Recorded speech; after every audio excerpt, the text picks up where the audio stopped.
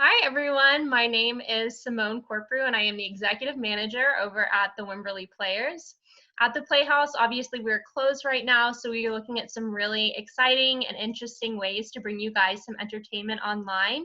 And this is one of them. So, we're doing a series of interviews with different directors, creators, designers to kind of give you a look at behind the scenes of creating a show and what it's like to be on the creative side of things.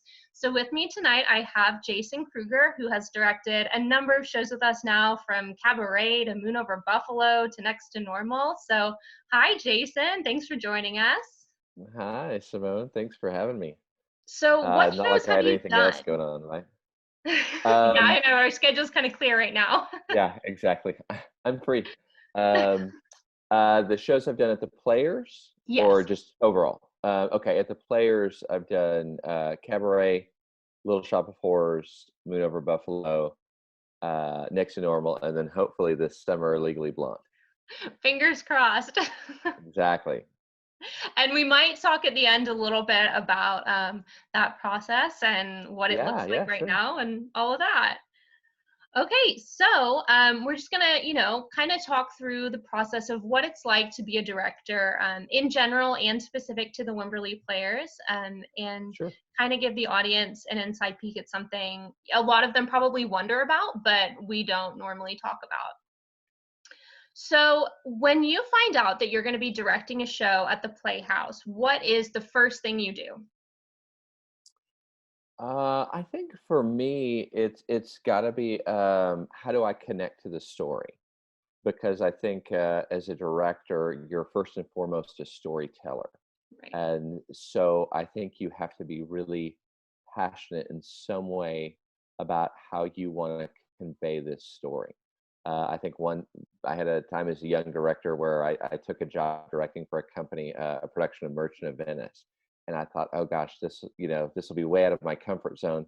But I took the job really before I had really invested and delved into the script, and Mhm. that's a little bit of a problematic show in some ways, and it wasn't the best production, but as a young director, especially a young professional, it was a really good learning experience about um, knowing what I want to convey to an Right. audience as the story goes. So I think that's first and foremost what I would do if like you all had said, "Hey, we really would like you to do this show."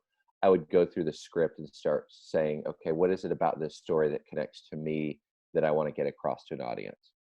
Right. And I know you and I have had conversations like that before, like looking at shows. I've asked you, what do you think about this show? And you've said, oh, that's a good show, but not something I would want to do. Right, right. Yeah. Yeah, and I think that's the thing is I think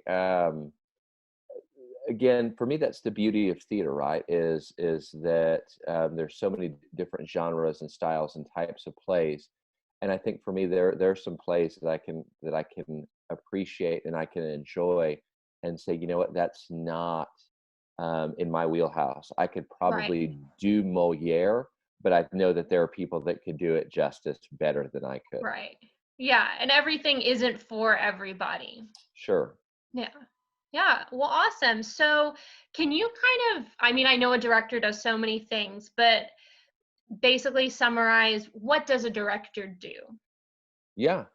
I think the director, first and foremost, as I said, is a storyteller. So he or Mhm. she has to convey their artistic vision of the story they want to tell. And how do they do that? They do it in several ways. First, they got to convey that to the design staff. What is the set design going to look like? What is the lighting design going to look like? What are the costumes going to look like? All that goes under that umbrella of this artistic vision, and Mhm. then you're also trying to convey that to actors, because I think as a director, you're simultaneously doing two things. A lot of times when I if I guest do panels or whatever with young university directors, one of the things I say often is you're simultaneously directing style and story, Mhm. and those have to kind of go in this like parallel line, because we've probably all seen plays that the acting was good, but it just didn't have a sense of style, or it Right. has a beautiful sense of style, but there's not a lot of substance of story. Mhm. And so I think being able to convey that to designers, number one, to actors, number two, and then hopefully the most important is to the audience. Right, right. Yeah, you always want your audience to hopefully connect with what you're doing. Yeah, yeah. That's the end goal. So what would you say is the biggest challenge overall as far as going in and directing a show? Oh, that's a hard one. That Yeah. really is. Um, I think for me, I always start with casting. Right. I'm a really big believer. I had a great university professor, Rod Caspers, that used to say that if you cast a show correctly, 90% of your job is done.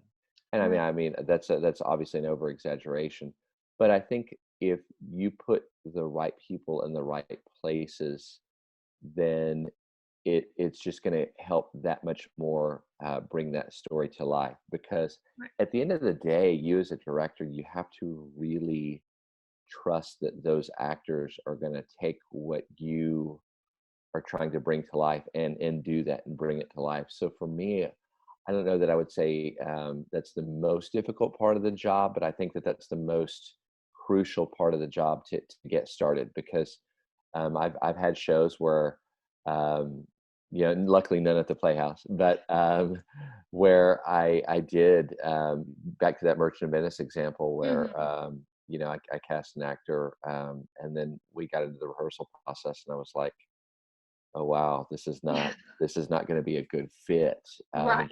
telling a story, um, because the actor had perhaps their own idea of the story, and so I think that's a lot of it too is they have to buy into what you're trying to create. Yeah.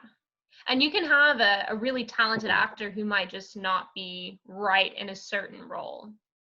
Yeah. And I Yeah. think that's the other thing I think that a lot of time kind of gets overlooked is every actor is different.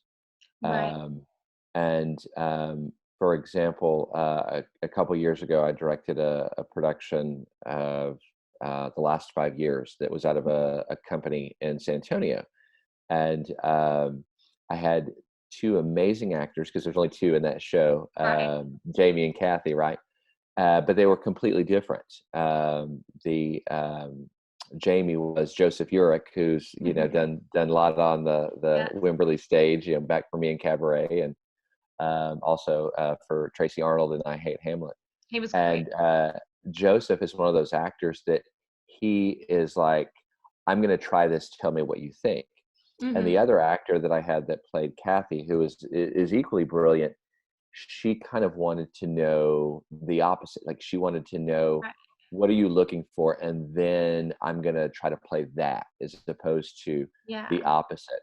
And so a lot of times as directors kind of going back into that casting, and that's where I think that audition process is really important, is you're taking however many individuals, you're trying to meet them where they are, Mhm. what works best for them, but also keeping in mind that Right. idea of a big picture, right? Yeah. Yeah, absolutely. And I'm sure, space is something to consider as well. For example, the Playhouse is not the biggest space you work in. Yeah. Yeah. Yeah, absolutely. Because if you are in a 500 seat proscenium that's, a 48-foot opening, your style, your storytelling is going to be different, right? Whereas the Playhouse, although is great when with intimacy, Yeah. it brings about challenges. Like for example, the next show, next Legally Blonde. Sorry, I almost said Next Door. That was that was the last one. Legally Blonde. Everybody's multiple people have said, well, how are you going to do the marching band scene? Mhm. Right? How do you The do a marching stairs. band in that space, Yeah. right? And knowing that, like, for example, you try to find ways to use that space to your advantage. Like, Right. for example, when I did cabaret, one of the things, going back to that idea of artistic vision, when I first met with that artistic committee before I even got hired, and I met with them to even discuss the show. For me, I said, okay, what I want to do is I want to bring the audience into the Kit Kat Club. So when they Mhm. walk in, I want it to feel like they walked into this club. I want a piano with singers singing already. It just so happened, kind of Right. fortuitously, that that was the first show where the players started selling, being able to Yeah, sell wine and beer before the show, which was great. it worked well. Um, yeah, and so what I tried to do was almost kind of have a break the fourth wall kind of Mhm. feel from the very beginning, right? Right. And so what that allowed me to do directorially in that particular show was, like, for the number Don't Tell Mama, Mhm. where they were actually supposed to be in the nightclub, I brought Kit Kat Club girls out into the house interacting with Right. the audience members, and I would say, "Here, find somebody, sit on their lap, tousle their hair, throw a boa around them." Right. And so, it created that dynamic of this atmosphere, which I knew then by the time we got to act 2, which was really that much more serious style, it was gonna kind of catch them off guard, Right. because we'd already kind of, you know, made them feel a little bit at ease or different or whatever. Mhm. And so I think that's the thing, is you go, okay, what can I how can I use this particular space to tell Right. the story? Yeah, absolutely. And I think that's something you do really well as a director based on the show, just, finding ways to use every inch of our space in the best way Thank possible. you. So, do you have a favorite show that you've ever done with us? That's a good question. Um, okay, so I have 3 children that are all a year apart. Mhm. And it's like this. For me, um, it's kinda like saying, which child do you love the most, right? Right. Um, you don't think, for me, that you love them all differently, right? Yeah. And I think that if any director that is worth their salt, Mhm. they like I always say, my favorite show that I'm doing, is the one I'm working on at the time. It Right. has to, in order for Yeah. me to really be able to be invested and tell a story. And so if I were to look back at Next to Normal, Moon Over Buffalo, Little Shop, Cabaret, I could now, from a different perspective of, being distanced, I could look at them and say, here's what I loved about that show. Right. This was what was so unique, and what I think that I hope we were able to achieve with each particular show. But I don't know that I would be able to. I don't think it would be fair for me to say that I had a favorite. Right. Um, so is You that love them all in different ways. that's that perfect cop out answer, isn't it? That's all right. That's It's an that's very honest that's very answer. politician of me. I answer the That's all question right. without answering the question. Okay, so are there any shows that are on your like director bucket list that you're like, man, one day I would love to do this show? Uh, I think for me, straight play, my favorite show of all time is Death of a Salesman. Mhm. I It's a good just think one. it is the most perfectly constructed American play there is. Yeah. And so I would love to do that. Um, I think A Raisin in the Sun is a Mhm. beautiful story. I Yeah. would love to do that someday. Musicals. That's a good question. I've really been fortunate to be able to do, whether over my professional career or educational theater career, I've been able to do a lot of shows. Um, Next to Normal was definitely one of those, and so I was able to Yeah. do that this year, which was great.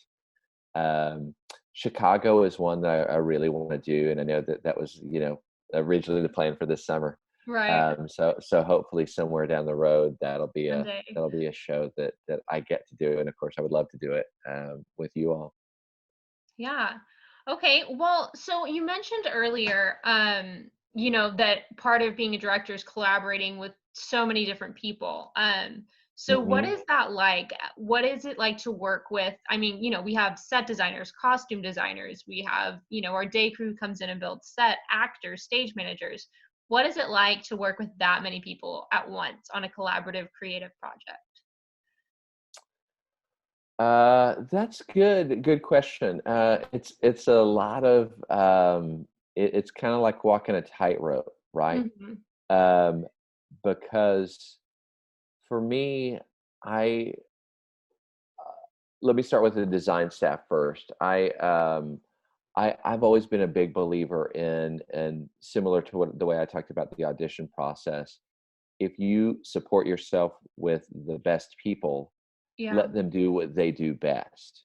So rather than micromanaging, like with costumes, for example, I'll Hmm. say, here's kind of a look that I want, or a feel, or a texture, or a color palette. How Hmm. does that feel to you? Um, with Bill, is talk about what I'm thinking artistically. A lot of times I'll defer to him because he's so amazing, especially in Yeah. that space. Yeah. I think Bill Peeler is one of the best in the business, Oh, and yeah. I can say, what does that look like? If we do this with the set, how can we create this feel? Hmm. For Little Shop, for example, it was really important to me that my whole um, kind of creative vision was that we were going to almost step into a 1950s B movie. Right. So what I wanted was, that's why I wanted the if you remember the show, the Mhm. clotheslines. And Yeah. so I worked with Roger Marion, who did an amazing job of putting Yeah. clips together of old B movies. Mhm. And so That that was was so kind cool. of, yeah, pre-show. And so then when the curtain, so to speak, it obviously not a curtain, it was the clothesline, but it almost acted as a grand drape when Yeah. that falls. So I told Bill, I want it to feel like they have stepped in to that world. And so it's not really realism, right? It's got Mhm. a high sense of style to it. And so Right. what does that look like color wise? And so then I can take, somebody like Bill Peeler and say, okay, now run with that. And then, he'll kind of come back and say, okay, here's what I'm going to try here. Same thing with another Adam Whitco. I mean, I think all of Mhm. your viewers know, if they've seen a show, then Adam's fingerprints are all over it. And Yeah. Adam is great, even if he works with outside set designers, which we've worked with a few different shows that I've done there. He's able to kind of go, okay, now how can we take your concept and fit it in this particular Right. space, knowing the space as well as he does. And Mhm. so I think for me, it's a lot of pre-planning. Like, for example, once we, if we get to the end of this conversation and start talking about Legally Blonde, for Mhm. me, it's already, to give your viewers a little glimpse, on the behind the curtain, so to speak. It Legally Blonde, for example, has a very Greek theater feel to it, right? So it's Yeah. got these elements, and again, that's intentionally of the backdrop of the Greek life of a sorority girl, contrasted with a style of Greek theater, this Mhm. chorus. And so, as a director, you start kind of going, okay, how can I play with that duality, that concept of having Greek like elements, but are in this very pink world. And Yes. so for me, that's where I'm starting a show, which I know is like, wait, what? Yeah. Pink Greek theater. Um, so It's you start hard. kind of going, okay, what is a Las Vegas version of Mhm. Greek theater look like? And so that's where you kind of start. And so you bring these crazy ideas like that to a meeting, and then you say, what does that look like to you, as a costume designer, as a Mhm. lighting designer, as a set designer? um, you know Props, do you want a certain exaggeration or a certain sense of realism or a certain sense of minimalism, right? Yeah. Um, and so that's kind of where I start with the production staff. Um, with actors, it's very similar in the sense that, from that very first, meeting, that very first table reading of the show, one of the things I try to do is say, here's what I want to do with this story. Right. And so you're trying to say, okay, get any version you've had out of your head, Mhm. because that may or may not apply. One, the space may not allow for it. Two, that may not be my vision of it. And Yeah. so then what you're trying to do is convey that. So I've always looked at directorially, I always look at a play in three parts. Mhm. I always think of it from like A to B to C. So A is when I first read the scripts. Like you were asking me, what's the first thing I do as a director? Read a script. Yeah. What is the story I want to tell? Then B is how I convey that to actors and design staff through meetings, through rehearsal process. And then C is when they kind of take ownership of it. We put it all together, and then that's what is presented to an audience. Right. And so it's kind of, for me, I always look at it in those three phases. So you're asking like, how do I work with those different people? That's how I kind of approach every show. So obviously there's going to be different challenges with each show, different things that are necessary, different Mhm. styles, whether it's a farce, comedy like Moon Over Buffalo, or cabaret, whatever the case may be. Right. The process doesn't change. Right. Yeah, and it's a constant cycle. I see it on the daytime side, when I'm in the office during the day. We get rehearsal notes from the rehearsal the night before. And there might be something in there like, this prop is a little too big, or this prop needs this. And so those are things Yeah. that, we work on and get ready for the rehearsal that night so that hopefully they Right. improved and are better for the story. Yeah. Yeah. It's a never Yeah. ending process. I know. And it's crazy because it really is so trial and error in that Yeah. regard. Right. Um, you know, um, I've worked with costume designers that are like, "Hey, I'm going to try this tonight," or I have pulled out every outfit that I think works for every scene in the show. Right. What do you think? Um, and so it's different, and I think that's the thing, is like I said about each actor having their own different Yeah. personality. Each designer works For differently, right? sure. And so having worked with um, Nora Martin a couple times now. Mhm. So kind of now I think she knows how I work. I know how she works. Yeah. And so if she's like, I'm just trying something, I don't really even look at it the same way that I might look at a different designer. Like Celia Right. Kilgore, who's going to come on for Legally Blonde. She and I have worked together for, oh, probably 12 years now. Mhm. Um, and so, we kind of have just almost a second language, Yeah. of where it almost even becomes nonverbal, where I can kind of give her kind of a look like, and she'll be like, all right, I'll try something different, you know, um, Yeah. you know, Oh, so that's, yeah. that's kind of, like you said, it's part of the process, right? It is, absolutely. And what would you say is the most rewarding part of the whole process as a director? Um, I think for me, quite honestly, it's um, that part I just said about A to B to C. It's that Yeah. C part. It's that part when I'm done, Mhm. and not because I'm done, but because if I've done my job correctly, and I've communicated a story, then all of these people are bringing it to life, Right. right? And so what I love is when, let's say there's a 4-week run of a show, I Mhm. sneak in and pop in for weekend 3 Right. and go up into the booth and watch a scene and know that I gave it a structure, but also that particular actor has brought his or her own life to it, and moments.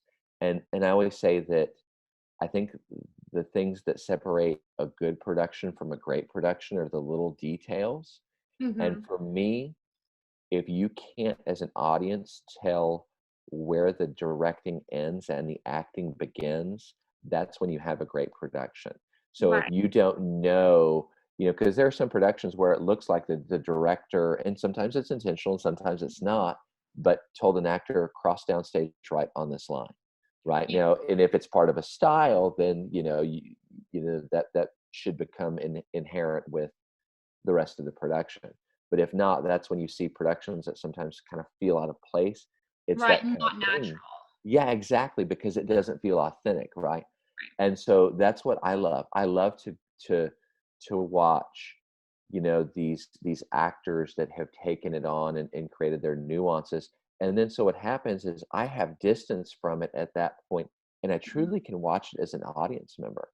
And Right. like watching, the last, I can't remember how long, but um, basically from in Next to Normal, from Mhm. Diana's decision to quit treatment with the doctor Mhm. to the end is just gut wrenching, Oh, right? yeah. And so I found myself when I would come back to watch, just kind of being in that moment of emotion, not because it was something I directed, but Mhm. because I was in that world, um, of Diana that, Meg and Cassie and Nicholas and Bo and Michael, Taylor, that they all created. So they Yeah. had brought such a sense of authentic truth to it that I found myself just being able to sit in their moments. So that's always a neat thing, I think, for me. Probably my favorite. Yeah. And I laugh because I've seen you do so many shows, and I've so many other directors as well, and tech rehearsal Jason and invited dress rehearsal Jason and opening night Jason and 3-week Jason are totally different. That you can just see, the process Yeah. Yeah. going from, creating the world to just like enjoying it. Yeah. Yeah. Yeah, and I've always said that, by the time we get to that invited dress, Mhm. that's where, I sever ties a little bit. Yeah. And not, it becomes more of a kind of an emotional separation, Right. because I know I'm not gonna go, and I know some directors do, but I'm not gonna come back on the second weekend and give notes, Yeah. because the show is what the show is at that point, Mhm. and it's not my show anymore. It's their show to tell. And Yeah. but I believe that if I set that up correctly, that's how it should be. Absolutely. Yeah, absolutely. And it is always beautiful. You always do such a great job. Well, we'll see. Thank you. So let's talk about Legally Blonde a little bit. Yeah. Obviously, things have been thrown for a loop. We were supposed to have auditions 2 weeks ago now, Yes. and that obviously did not happen for safety reasons. So we're moving online. Yeah. So let's talk about that a little bit. So what does it look Yeah. like right now? Well, right now it's a brave new world. Fingers And crossed. it's so funny because I think we're all kind of learning together. Yes. And every story I read or every professional colleague that I talk to is in the same boat of kind of like we're figuring it out as we go. Right. Like I talked to some of the people at Zilker, and they were in mid process when all this started. So they had a Right. round of auditions before everything happened, and then all of a sudden everything happened before their callbacks. And so, Right. they had to kind of really on the fly. Whereas at least we get a chance to kind of go, okay, let's think through this. What is the best way to do this? Where number one, um, we're being intelligent and safe, and we're taking care of people. Right. And then number two, where we can really make good decisions about bringing a show to life, to casting a show, right? Yeah. So what we've decided as a production staff is we hopefully are going to roll out an announcement next Wednesday, April 15th, Mhm. where we are going to have all of the audition information go live. And so, what we're going to do for the first time, at least that I've been a part of, I'm sure probably for Thank you all as well, Yeah. is we are going to have all of the audition material be submitted. So it's not uncommon, for example, next to normal, because it was over an early August audition timeframe. Several people were traveling on their summer vacations. So we had 2 or 3 people submit a what you would call a self-tape audition, right? They record themselves, they video themselves on their phones or whatever, and then Mhm. they email it in to you all, and then we get to look at it. I, the music director, um, choreographer, or if necessary, we look at it and kind of go, okay, that's somebody we'd like to call back, or you know, they don't really fit what we're looking for, so we're not going to call them back. Well, with this particular process, we're going to have everybody submit for the first round. So rather than what we would normally do for a musical, is we might have a day of auditions at the Playhouse, a day of auditions at um, Texas State, Mhm. maybe a location in Austin. Sometimes if there's conflicts at the Playhouse, one of the churches in town would host us. But an actor would come in, they would have their 16 to 32 bars of music. They would sing for us, maybe do some choreography, perhaps do some readings, and then we would decide whether or not to call them back. So for this, what we're going to do is everybody is going to submit online. They're going to submit their headshots, their resumes. Then they're going to send in a self tape of their 16 to 32 bars of music. They're going to submit a choreography audition. Taylor Rainbolt, who I'm so excited to work with, again, did choreography last summer for Best of La Whorehouse. She worked with me as choreographer in Little Shop, and then she was an Mhm. actor for me in Cabaret. So she's going to do choreography. So she and I have already been meeting via Zoom, which is kind of interesting for her to go, okay, I'm going to do this. Tell me what you think. So she's created all the choreography, and she's going to post a kind of how-to step-by-step teaching of the choreography. And so then each actor will submit that. We as a production staff will go through everybody's auditions and then decide from there uh, who we would want to call back. And that, I think the submission dates will be by May 17th. Yeah. And then a week later, we will have callbacks. Now, what we're doing at this point is we are preparing to go through the callback process via Zoom. Um, and luckily, as a theater teacher, I've spent the last 3 weeks of classes now in Zoom and trying Right. to rehearse with students. Scene Yeah. work and songs in Zoom. Is so different. And so at Yeah. least hopefully by that point I'll be a little bit more proficient. Now, but who knows where we'll be, right? It may be one of Right. those things where, by May 25th, they might say, okay, now we're back to 10 people Mhm. gatherings. And so if that were the case, then we would adjust our callbacks accordingly. But at this stage, we're going to go under the assumption that we have to do it Zoom, and if we get to do it in person, all the better. Right. And hopefully start rehearsals in early June.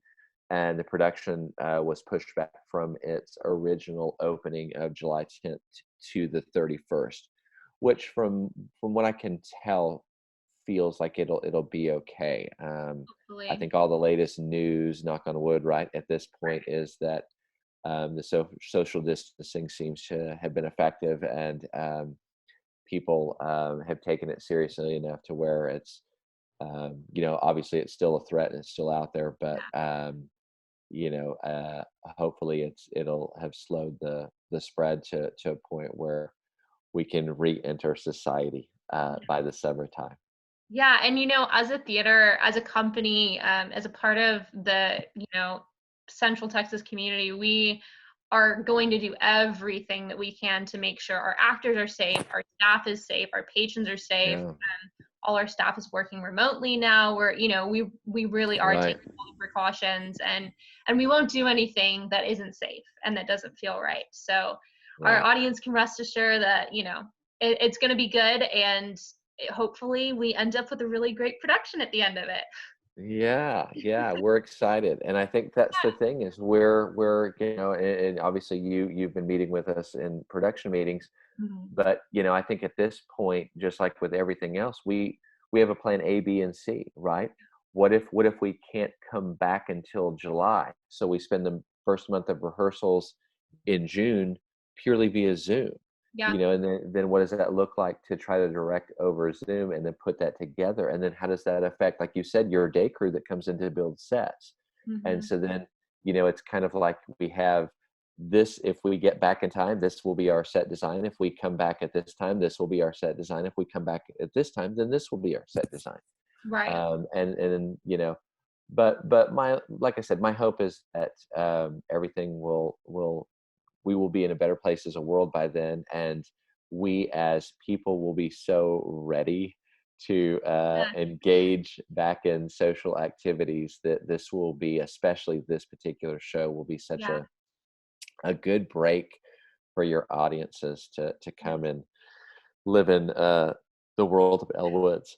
And it's so fun. I mean, this is my favorite show, hands down, and I am so excited. So I really hope that it happens, and I know that if it does, it will be amazing.